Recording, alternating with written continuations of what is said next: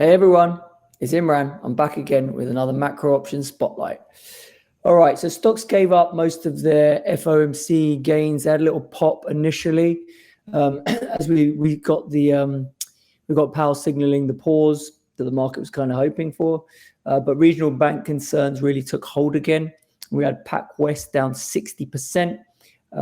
They were apparently weighing strategic options, including a sale, not well received by the stock. Europe also traded heavy overnight ahead of ECB, who have literally just raised rates by the expected 25 basis points. We haven't seen a massive move in the euro on the back of that, though. We saw gold also catch a bid, attacking those all-time highs again around near 2050. And then oil continues its free fall as demand concerns and technical bearishness create a bit of a buyer's strike, basically technical levels breaking down there again. US index vols continue to climb. Obviously, the VIX having a little pop that has continued. So we see VIX above around 20. Here about vol point in Russell and S&P, Nasdaq slightly less. European vols weren't quite so buoyant, but with spot selling off a little bit overnight, there'll be a catch up there. Oil vols spiking pretty well. 3 vols on a day, that's a decent move. Also seeing skew spiking pretty dramatically to the 95th percentile in oil. People getting pretty spooked in oil vol. Looking at carry, we have got neutral carry in S&P and Nasdaq. Everything else still green, particularly Europe, where realized still remains around that 10 level. And then silver's just stand out in commodity space in terms of positive carry, realizing quite low relative to implied near 30. All right, what else are we looking at? Last night, the FOMC did deliver the 25 basis points that was expected. They signaled that rates would be on hold at 5%, something that the market's not really willing to believe. Now, given stickier inflation than they may have hoped for, the Fed speakers have been adamant that rates will need to be held at higher levels to ensure inflation gets back to target.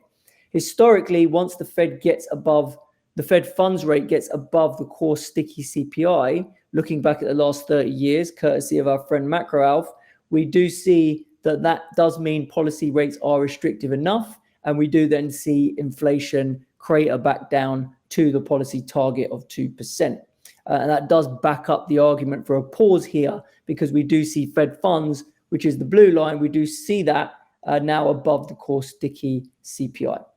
Now, after the customary chop that we normally see after an FOMC press conference, markets ultimately found their direction lower.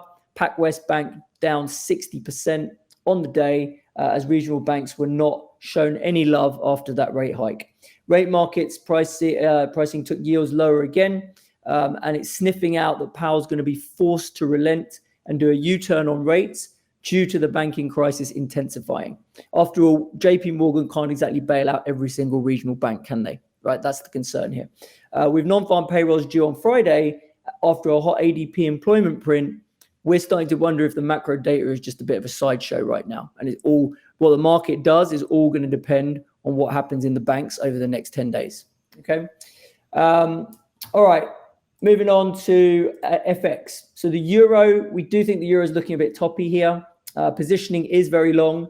So if we look at positioning, euro length is as long as it's been sort of for a couple of years now, or close to. Obviously, the euro has benefited from the regional banking crisis in the US, causing a swift pause in the Fed hiking cycle, whereas the ECB is still fighting inflation, maintaining its hawkish stance, and that inflation cycle is lagging somewhat. The dollar has been steadily declining, but with not too much momentum. So we're seeing those bullish divergences. And now the Fed has confirmed a pause, and markets are pricing in a pivot. We wonder where the incremental good news comes for euro, right? Because a lot is priced in. We do see a risk that to the downside building for euro as the China reopening narrative is fading. Oil price action seems to be sniffing out a global recession, and the ECB policymakers are prone to making mistakes, as we've seen in the past. Also, euro long positioning, as we've said, is at extremes. So that will also potentially mean the risk reward of a move down is a bit better. Looking at our dashboard, vols are pretty low. We are in buy put territory. Spot is near the highs, vol is near the lows. Skew is also softened a lot. Skew got as high as 2 to 3 vols for puts, is currently trading near 0. And the term structure is very, very flat. So you see the weeklies were pumped, but then because of ECB or whatever, but they're pretty much flat line, just under 8 vols. And we see volatility carry quite neutral. So what does that mean in terms of trade selection? All right, that's it for today. Thanks as always for listening. I'll catch you guys tomorrow. Cheers.